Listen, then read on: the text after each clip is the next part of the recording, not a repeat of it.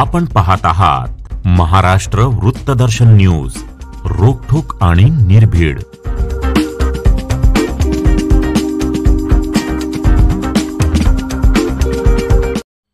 लोकसभा निवडणुकीत यावेळेला भाजपसाठी नव्हे तर भारतासाठी मतदान करा असं आवाहन उपमुख्यमंत्री देवेंद्र फडणवीस यांनी केले। सांगली जिल्ह्यातील कडेगाव इथे भाजपचे उमेदवार खासदार संजय काका पाटील यांच्या प्रचार सभेत फडणवीस बोलत होते। सांगली जिल्ह्याचे पालकमंत्री सुरेश भाऊ खाडे, खासदार संजय काका पाटील, भाजपाचे नेते पृथ्वीराज देशमुख, जिल्हाध्यक्ष निशिकांत पाटील यावेळी उपस्थित होते। पंतप्रधान नरेंद्र मोदी यांनी मजबूत भारत निर्माण केला असून भारताचा सुवर्णकाळ सुरू झाला आहे असं सांगून फडणवीस पुढे म्हणाले, राष्ट्रीय सुरक्षेबरोबरच आरोग्याच्या क्षेत्रामध्ये भारत सक्षम झाला आहे। कोरोनाच्या काळात लस निर्माण करून भारतीयांना जीवदान देण्याचं काम पंतप्रधानांनी केलंय। त्यांच्या उपकाराची परतफेड करण्याची संधी मताद्वारे आपल्याला मिळाली आहे। सर्वांनी जास्तीत जास्त संख्येने मतदानासाठी बाहेर पडावे आणि भाजपला मतदान करावं असं आवाहनही उपमुख्यमंत्री देवेंद्र फडणवीस यांनी यावेळी केले। ट्रेलर था, असली पिक्चर अभी बाकी है, असली पिक्चर अगले 5 साल में आपको देखने को मिलने वाली है। आणि म्हणून या ठिकाणी तुम्हाला विनंती करण्याकरता आलो आहे, राज्यातलं सरकार असेल, देशातलं सरकार असेल, तुमच्या पाठीशी भक्कमपणे उभा आहे आणि तुमचा आशीर्वाद मागण्याकरता आलो आहे। तुमचा आशीर्वाद संजय काकांना मिळाला, तुम्ही संजय काकांचं कमळाचं बटन दाबलं की वोट संजय काकांना तर मिळेलच, पण वोट नरेंद्र मोदींना मिळेल। यावेळेचं मतदान हे भाजपा करता नाही आहे, यावेळेचं मतदान हे भारताकरता आहे। भारताकरता मतदान करण्याची संधी या लोकसभेने तुम्हाला दिली आहे आणि म्हणून तुम्हाला विनंती करतो, यावेळी आणि आपल्या घरी बसू नका, सगळे मतदान केंद्रावर जा, कमळाचं बटन दाबा आणि आपल्या विकासाचा मार्ग मोकळा करा। आणि सांगतात की आमचा देश नरेंद्र मोदींमुळे जिवंत आहे।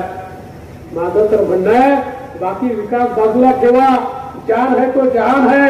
आज जिवंत तर मोदीजींच्या नेतृत्वामुळे, त्यामुळे यावेळी तेवढ्या एका कारणाकरता आपला आशीर्वाद जरी आपण मोदीजींना दिला तरी देखील त्यांच्या या खऱ्या अर्थानं आपल्याला दिलेल्या लसीच्या उपकारातनं आपण उत्तराई होऊ शकू। आणि म्हणून मी तुम्हाला विनंती करण्याकरता या ठिकाणी आलो आहे। आज एक मजबूत भारत मोदीजींनी तयार केला आहे। तुम्ही बघा, एक काळ होता या भारतामध्ये कोणीही घुसायचं, बॉम्बस्फोट करायचं आणि निघून जायचं। मुंबईमध्ये बॉम्बस्फोट झाले, काय केलं आमच्या तेव्हाच्या काँग्रेसच्या सरकारनं? मुंबईच्या बॉम्बस्फोटानंतर आमचे पंतप्रधान हे त्या ठिकाणी अमेरिकेच्या राष्ट्रपतीकडे गेले आणि म्हणाले, बघा तो पाकिस्तान आम्हाला त्रास देतो, तुम्ही त्या पाकिस्तानला रागवा।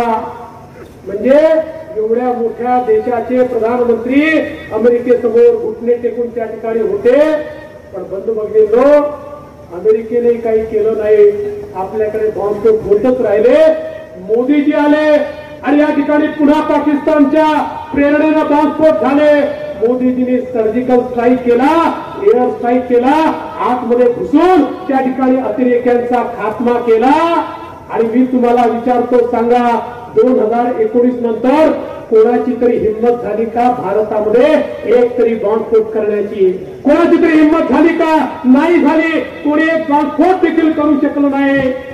याचं कारण त्यांना लक्षात आलं, हा जुना भारत नाही आहे, रडणारा भारत नाही आहे, हा लढणारा आणि ठेचणारा भारत आहे, जो मोदीजींनी आज तयार केलेला आहे। बंधू भगिनींनो, आता या भारताने जे केवळ अमेरिका, रशिया आणि चीनला जमलं ते भारताने केलं।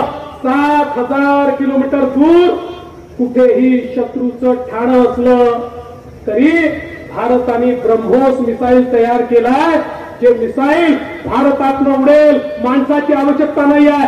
7,000 किलोमीटर दूर कुठे बंकरच्या आतमध्ये देखील शत्रूने ठाणं तयार केलं असेल तर ते ठाणं त्या ठिकाणी तोडून टाकण्याची क्षमता असलेलं क्षेपणास्त्र आज भारताने तयार केलाय। आणि म्हणून चीन देखील वाकड्या नजरेनं आपल्या भारताकडे आज पाहू शकत नाही। आणि म्हणून बंधू भगिनींनो, तुम्हाला एवढंच सांगण्याकरता आलो आहे की साधी निवडणूक नाही आहे। या देशाला असं नेतृत्व मोदीजींशिवाय कोणी देऊ शकत नाही। देश सुवर्ण काळाकडे चाललेला आहे आणि मोदीजींनी सांगितलं